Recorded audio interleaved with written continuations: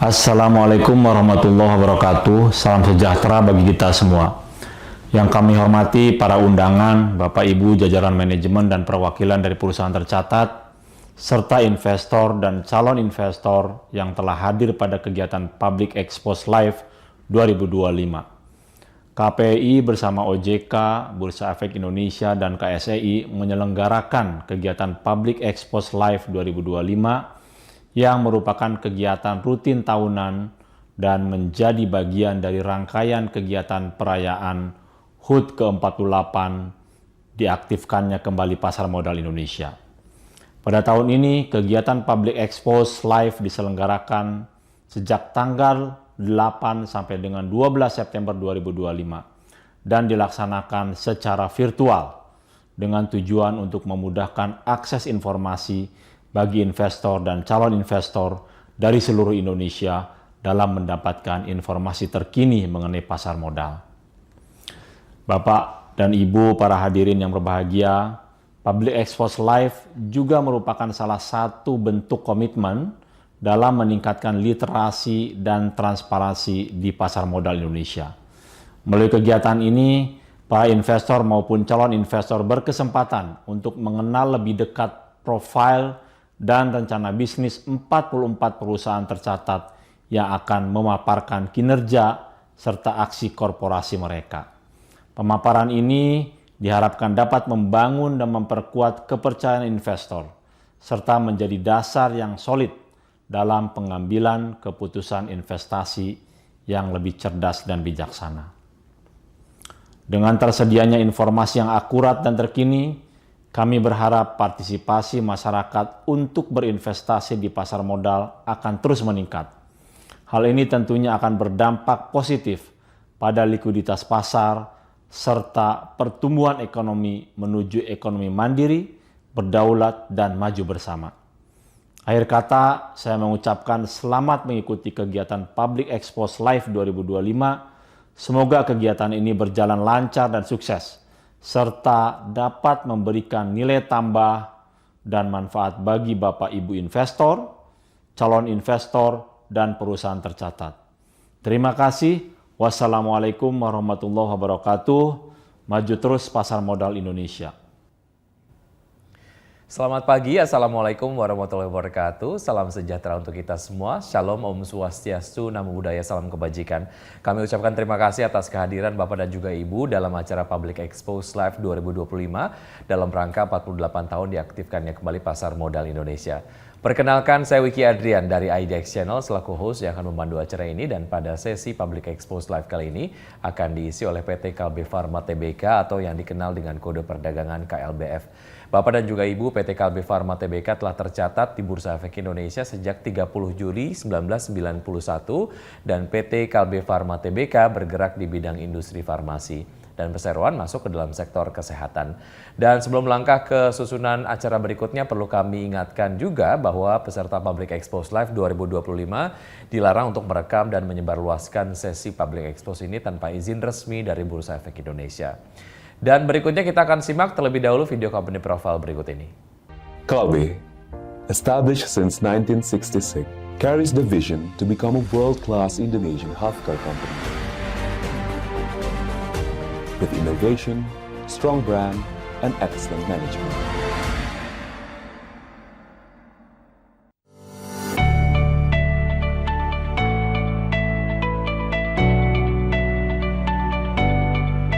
By embodying the values of Pancasrada, namely trust, is the glue of life. Mindfulness is the foundation of our action. Innovation is the key to our success. Strive to be the best. And interconnectedness is the universal way of life. Every individual at Kalbe continues to grow, advance, and contribute to the nation.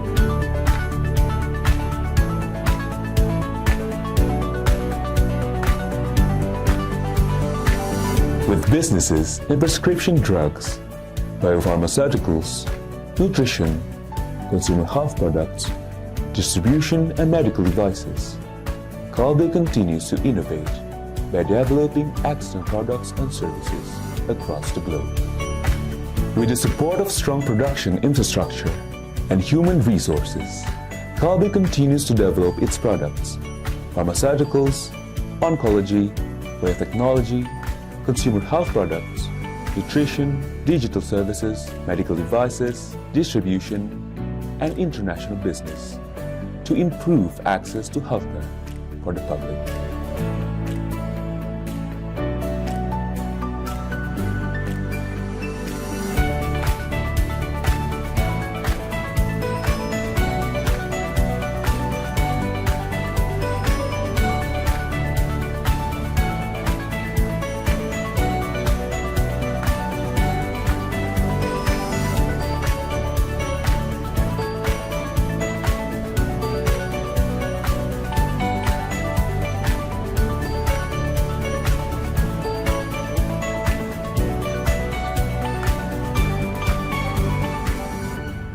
With a sustainable pillar, together building a healthy nation. Kalbe opens up healthcare access as widely as possible, improving health for better life. Kalbe managed the company to have a long-term impact on its consumers and communities through strong resources and integrated ecosystem, in providing broad access to help people improve their health for a better life and shape the future of healthcare for the nation by caring for the environment through renewable energy and zero emissions efforts. With strong collaboration with all stakeholders, Kalbe continues to expand its business, not only domestically, but also internationally, to realize Kalbe as an Indonesian world-class company.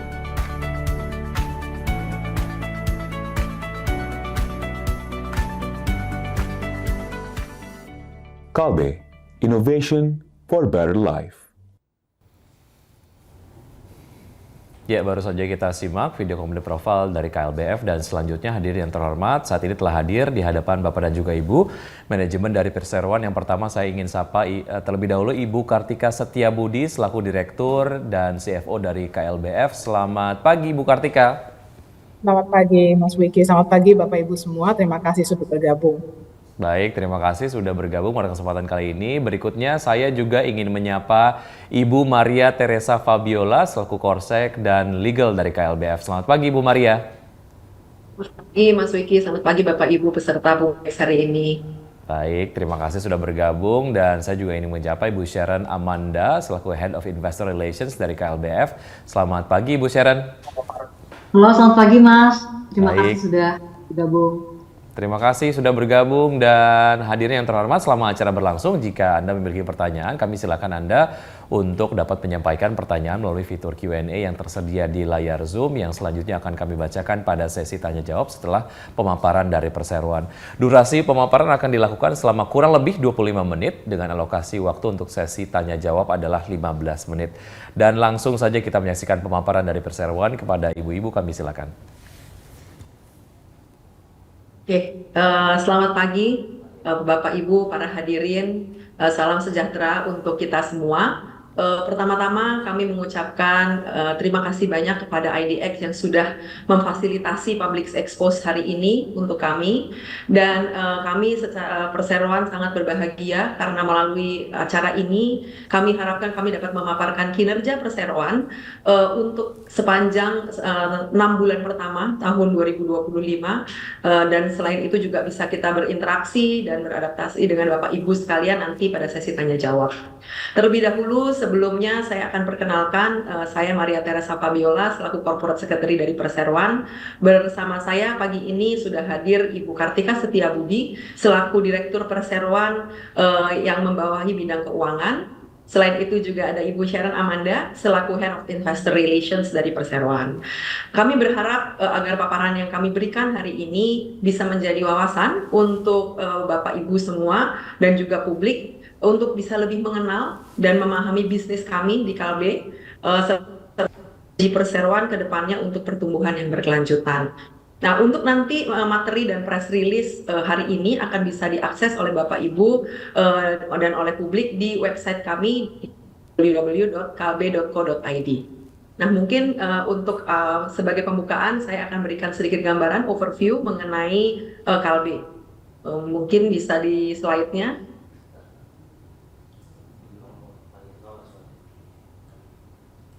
Oke, next. Next, ya, oke. Jadi sebagai informasi awal, kami Perseroan berdiri sejak tahun 1966 dan sudah menjadi perusahaan publik seperti yang disampaikan di awal sejak tahun 1991. Nah, Perseroan bergerak dalam bidang industri farmasi yang sudah terintegrasi se-Asia Tenggara. Nah, untuk bisnis kami, kita terbagi dari beberapa line of business atau divisi dengan portfolio produk yang komprehensif dan dikelola oleh 4 divisi usaha kami, yaitu divisi obat resep, dan kemudian ada produk kesehatan, kemudian divisi nutrisi, dan tak lupa adalah distribusi dan logistik. Nah, untuk kontribusi kami secara perseroan, kami memberikan kontribusi 93% dari pasar domestik dan juga 7% dari pasar internasional. Dan kemudian produk-produk Kalbe juga tersedia tidak hanya di Indonesia, tetapi juga di kawasan ASEAN, Timur Tengah, China, dan Afrika. Sehingga Kalbe juga sudah menjadi suatu perusahaan publik atau perusahaan produk kesehatan nasional yang mampu bersaing di pasar internasional. Nah, untuk menjelaskan lebih lanjut dan lebih dalam dari kinerja kami 6 bulan dari tahun ini, saya akan dibantu oleh Ibu Sharon Amanda, dan Ibu Sharon Amanda untuk waktu dan tempat saya persilahkan. Baik, terima kasih Bu Fabi atas kesempatannya. Bapak Ibu sekalian, untuk next slide ya, saya juga akan menyampaikan untuk key takeaways ya, yang kami juga hasilkan selama semester pertama tahun 2025, di mana Kalbe mencatatkan pertumbuhan penjualan sebesar 4,6% dan pertumbuhan laba bersih sebesar 9,4%. Pertumbuhan penjualan ini juga didorong oleh pertumbuhan volume serta organik ya. Kalbe juga melanjutkan tren perbaikan margin laba kotor sebagai dampak dari harga bahan baku yang lebih stabil serta juga produk mix. Beberapa inisiatif kemitraan strategis serta investasi untuk mendukung pertumbuhan mendatang sebagian besar mencakup divisi obat resep ya dan juga alat kesehatan. Di samping kami memperkuat portofolio produk ya. Sebagai salah satu contoh misalnya kami mendirikan JV Lipzone Pharma untuk memperkuat kapabilitas kami memproduksi API atau bahan baku obat di dalam negeri. Kemudian juga kami membangun fasilitas radiofarmaka sebanyak 2 fasilitas ya di Jakarta dan juga di Surabaya.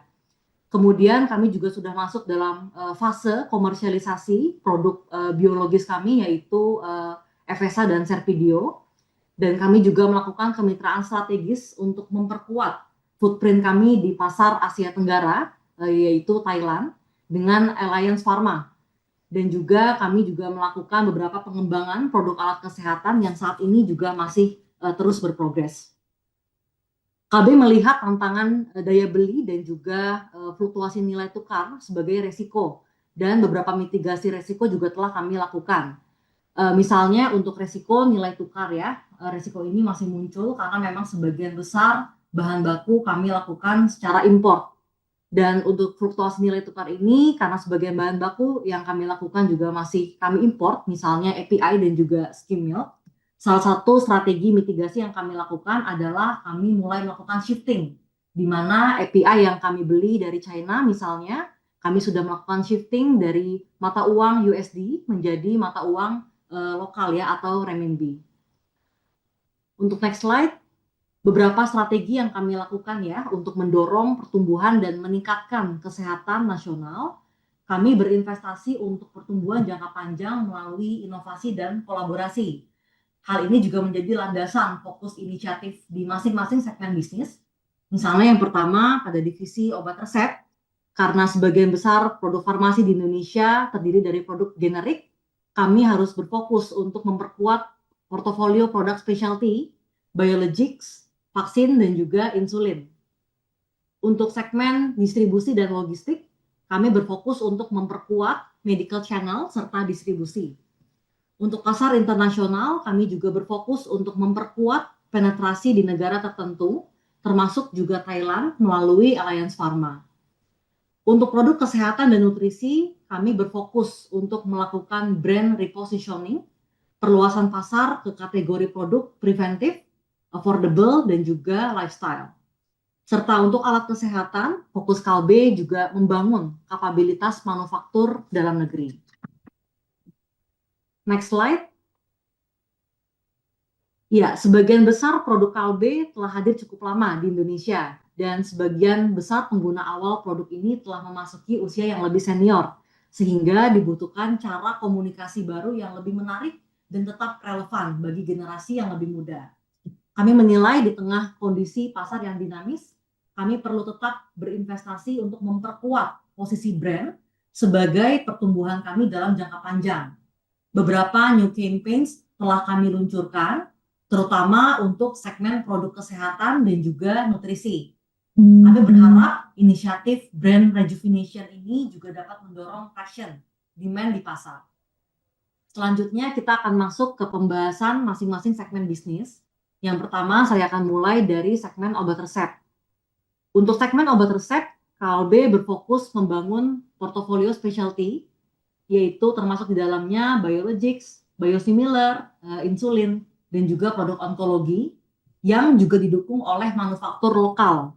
Dan kami juga tetap mendukung program JKN melalui kategori produk unbranded generics. Kami percaya juga bahwa tim komersial yang kuat serta jaringan distribusi yang luas menjadi strategis bagi pertumbuhan yang berkelanjutan. Selanjutnya, ini adalah beberapa contoh dari produk biologics, portofolio specialty. Kami terus melanjutkan edukasi untuk komersialisasi produk biologics kami seperti misalnya set video dan juga FSA. Saat ini kontribusi produk specialty terhadap total penjualan divisi obat resep terus meningkat. Dan kami juga melihat adanya peluang pertumbuhan dari produk lain seperti misalnya insulin, terapi sel, serta juga vaksin serta produk-produk onkologi. Next slide. Kalau kita melihat dari divisi produk obat resep, kami dapat bertumbuh 9,4% dengan didukung oleh pertumbuhan pada kategori obat unbranded generics, branded, serta license. Gross profit margin mengalami penurunan karena impact dari product mix, terutama pertumbuhan yang lebih tinggi pada kategori produk unbranded generics untuk mendukung program JKN. Kami tetap mempertahankan market share pada kategori ini di tengah persaingan dan pemain yang sangat fragmented, di mana market share Kalbe saat ini adalah sebesar 12% untuk overall pangsa pasar obat resep dan juga OTC. Next slide, kita akan masuk ke pembahasan divisi consumer health atau produk kesehatan. Kami melihat bahwa brand rejuvenation perlu dilakukan dan memanfaatkan juga basis pelanggan OTC serta ekspansi ke produk-produk kategori preventif. Kalau kita lihat di next slide, beberapa produk Kalbe juga cukup dikenal oleh masyarakat, di mana segmen ini juga memiliki karakteristik loyalitas pelanggan yang kuat.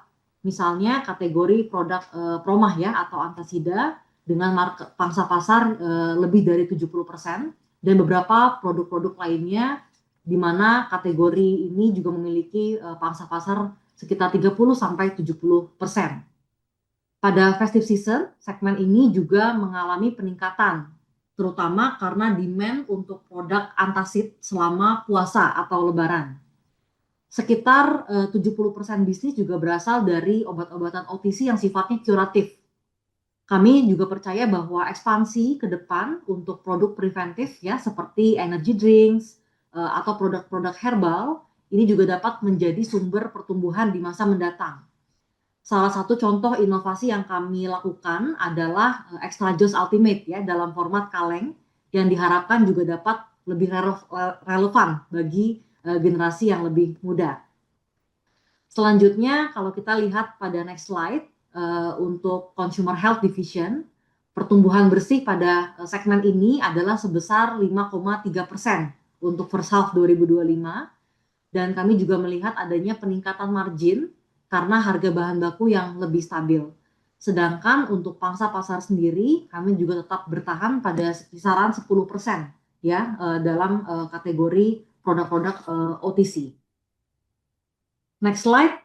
Kalau kita lihat juga dari sisi segmen bisnis nutrisi, segmen nutrisi saat ini memang mengalami tantangan pasar, di mana pasar powder milk mengalami kontraksi ya, bahkan hingga 9%, minus 9% pada semester pertama tahun 2025.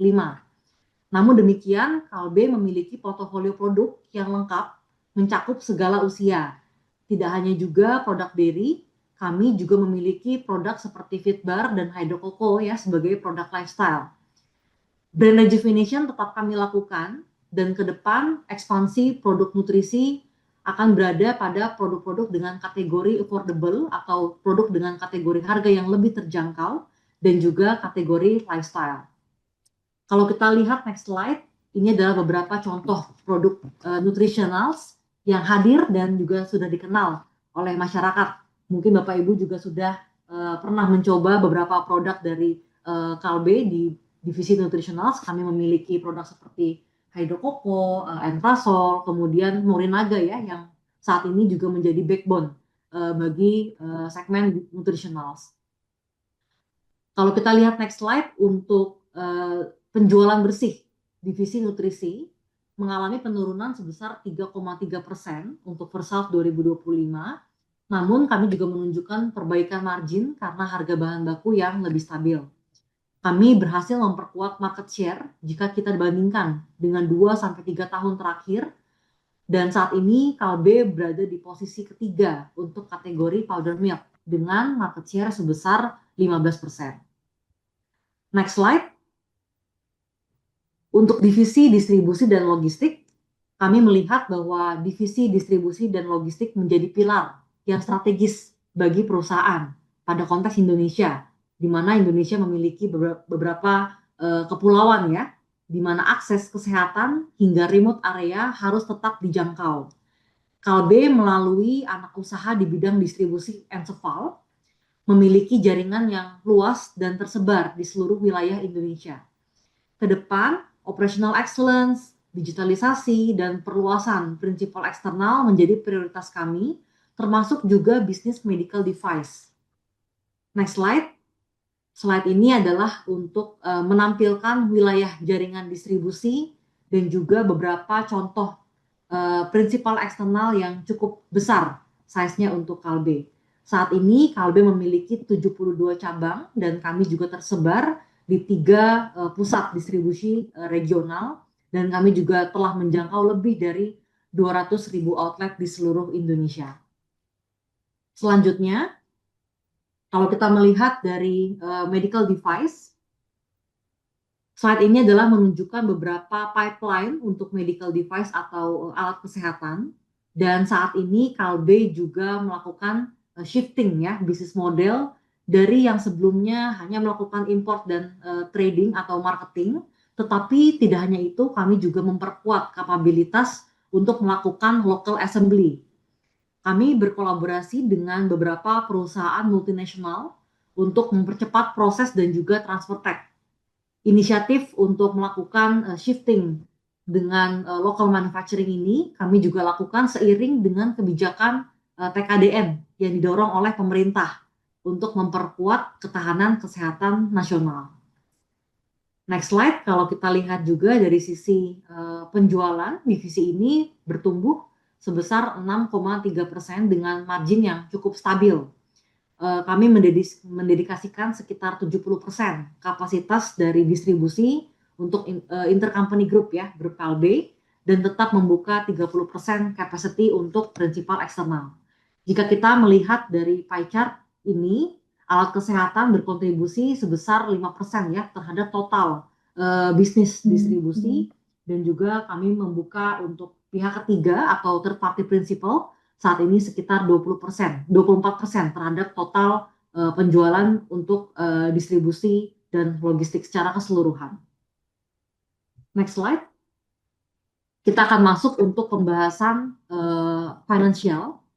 Kalau kita lihat dari slide ini adalah untuk merecap ya masing-masing pertumbuhan untuk segmen bisnis dengan dinamika yang cukup beragam.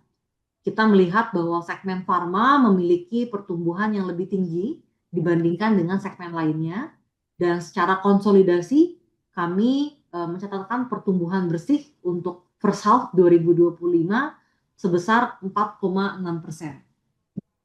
Next slide, kalau kita melihat juga untuk operasional ya, kami mempertahankan gross margin dan ini juga meningkat menjadi sekitar 41,1% seiring dengan perbaikan harga bahan baku dan juga bauran produk. Beban operasional kami pertahankan pada kisaran 26 hingga 27% dari total penjualan, serta tetap mendorong efisiensi marketing yang saat ini juga tetap kami lakukan. Kalau kita melihat breakdown dari OPEX ya atau beban operasional, kita melihat paling besar didapatkan dari beban penjualan ya, di mana kisarannya adalah sekitar 20 hingga 21%. Kemudian juga beban G&A sekitar 4-5%, serta beban R&D sekitar 1%. Dan selanjutnya kami juga melihat bahwa untuk laba bersih ini juga meningkat ya, masih di sekitar 9,4%. Dan ini juga karena adanya impact dari non-operasional. Ke depan kami tetap menargetkan untuk margin full year tetap dapat stabil dibandingkan dengan tahun lalu. Dan kami juga tetap menjaga untuk working capital dapat tetap stabil dengan mengutamakan ketersediaan bahan baku dan vendor yang beragam. Next slide. Untuk capital allocation, kami memiliki gearing ratio sekitar 2,5% dengan total utang berbunga sekitar 600 miliar rupiah. Kami berada pada posisi net cash sekitar 3,2 triliun dengan EBITDA sebesar 2,8 triliun dan margin EBITDA sebesar 16,6%. Capex untuk tahun ini kami targetkan maksimal ya atau sebanyak-banyaknya sebesar 1 triliun hingga akhir tahun 2025. Di mana hingga semester pertama tahun ini realisasi capex adalah sekitar 300 miliar ya, termasuk juga dengan intangible capex. Sedangkan untuk dividen, Kalbe juga konsisten untuk mendistribusikan dividen ya, selama 3 tahun terakhir kami mendistribusikan sekitar 52% payout ratio. Dan di samping itu untuk mendukung harga saham dan juga kondisi pasar modal saat ini, kami telah melaksanakan beberapa program buyback. Pertanggal 2 September yang lalu, kami melanjutkan program buyback senilai 250 miliar untuk 3 bulan mendatang. Hal ini untuk mencerminkan keyakinan manajemen atas fundamental Kalbe, serta untuk mendukung kondisi pasar modal yang kita alami saat ini ya, termasuk untuk mendukung harga saham. Sedangkan kalau kita lihat juga dari beberapa periode terakhir, program buyback telah kami laksanakan sekitar 1 triliun ya untuk tahun lalu, untuk 1 tahun, dan juga untuk di bulan Mei hingga Agustus kami juga telah merealisasikan buyback sekitar 250 miliar. Dan kami juga terus akan melanjutkan buyback ya sekitar 250 miliar untuk periode September hingga Desember tahun ini. Selanjutnya,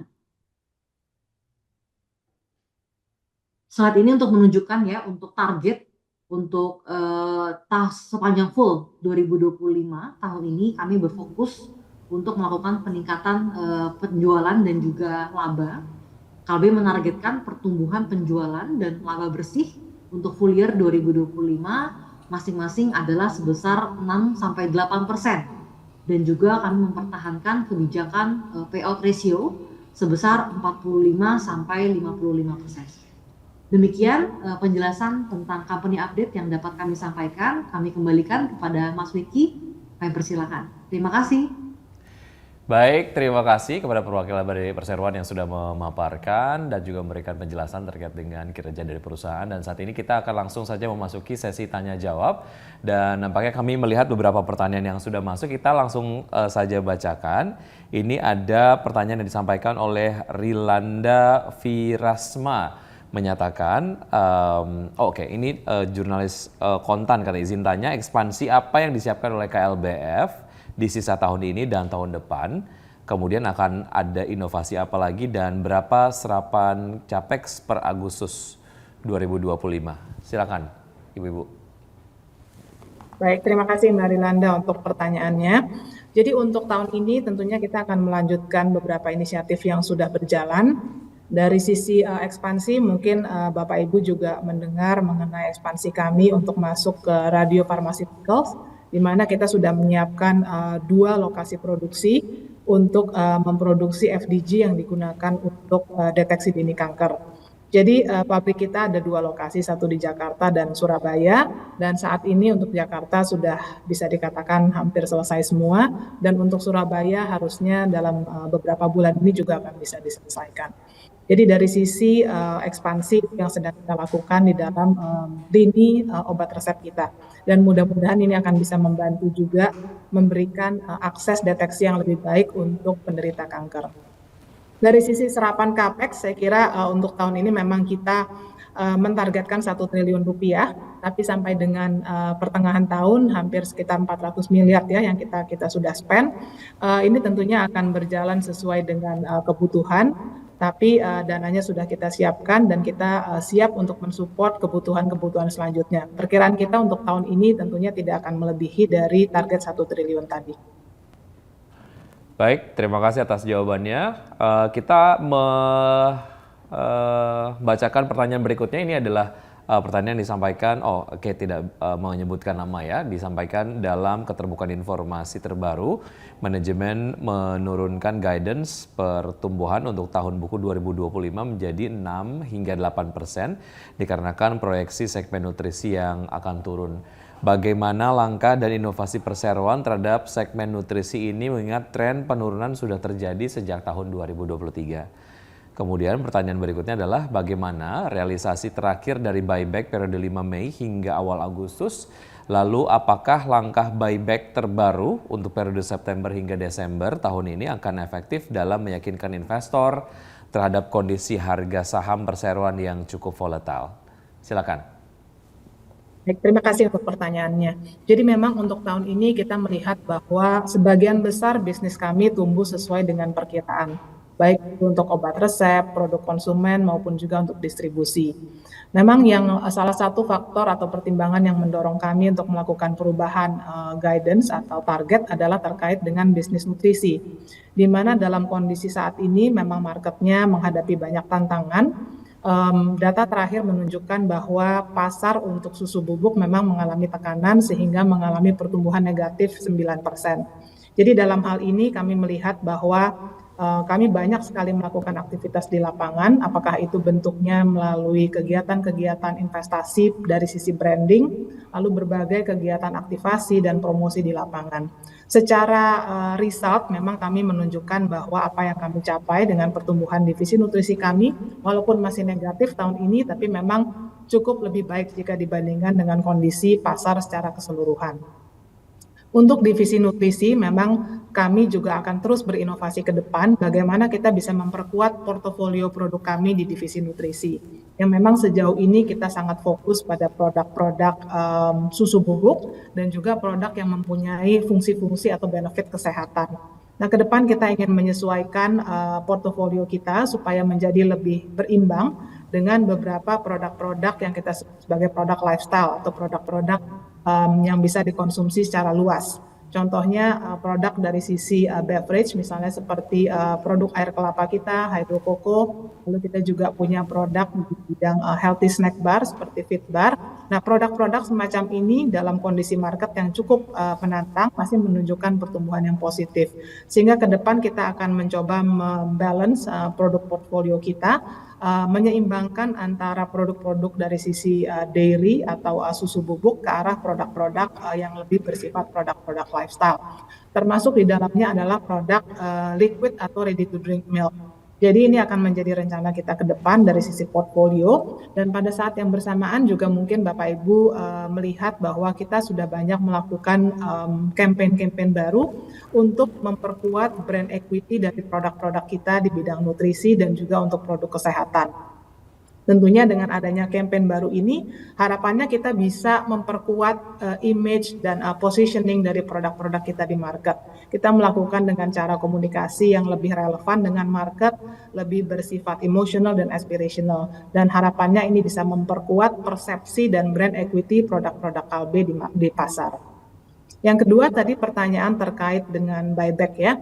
Jadi saat ini memang kalau kita lihat dari 2024 kita sudah melakukan mungkin beberapa tahun ini dalam 1 tahun terakhir ya sudah ada 3 program. Kita menyelesaikan buyback 1 triliun dari bulan Mei sampai dengan April tahun ini dan kita langsung melanjutkan dengan program yang baru yaitu program 3 bulanan di mana sudah kita selesaikan dari periode Mei sampai dengan Agustus dengan budget sebesar 250 miliar. Dan melihat kondisi pasar modal yang memang masih cukup volatile, kita melanjutkan program buyback yang berikutnya dengan periode yang sama yaitu 3 bulan dan dengan anggaran yang sama 250 miliar. Harapannya tentu kita bisa membantu memberikan confidence, keyakinan kepada market bahwa secara fundamental memang KLB terus menunjukkan achievement yang baik, tapi memang tentunya ada faktor-faktor eksternal di market yang mempengaruhi kinerja harga saham kita.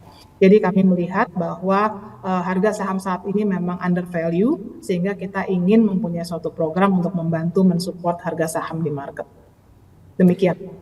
Baik, terima kasih Bu Kartika. Kita ke pertanyaan berikutnya dari Rama dari Bisnis Indonesia mengenai impor alat kesehatan dari Amerika Serikat yang bebas tarif masuk ke Indonesia.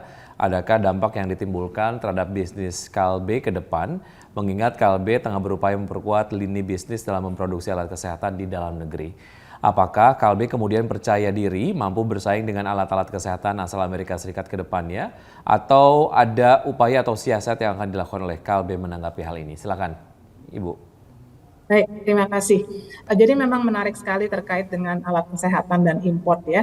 Jadi kami sejauh ini sangat mendukung upaya yang dilakukan pemerintah untuk memperkuat ketahanan kesehatan Indonesia, terutama dari sisi alat kesehatan. Sehingga yang sebelumnya bisnis model kami adalah berfokus pada import dan melakukan pemasaran di Indonesia, kita mencoba memperkuat ke arah merakit atau melakukan manufacturing atau produksi alat kesehatan lokal di Indonesia. Ini merupakan bagian dari upaya kami untuk membantu berkontribusi untuk meningkatkan ketahanan kesehatan Indonesia. Sehingga dari sisi alat kesehatan kita sudah mulai dengan beberapa proyek, salah satunya adalah benang bedah, di mana kita sudah memiliki pabrik untuk memproduksi benang bedah secara lokal, dan di luar itu juga kita melakukan berbagai proyek di mana kita berpartner dengan berbagai mitra dari luar negeri untuk mulai melakukan perakitan medical equipment untuk pasar Indonesia. Dengan adanya gejolak tarif ya yang baru-baru ini terjadi, kita melihat bahwa kami akan tetap melakukan inisiatif ini karena memang ini merupakan bagian dari strategi kami untuk membangun kompetensi di bidang alat kesehatan. Sejauh ini kita juga melihat bahwa kita bisa bekerja sama dengan banyak mitra dari luar negeri, termasuk juga mitra dari Amerika Serikat. Dalam hal ini adalah GE Healthcare, di mana kita sudah mempunyai suatu kesepakatan untuk melakukan assembly dari produk GE Healthcare yaitu CT scan machines.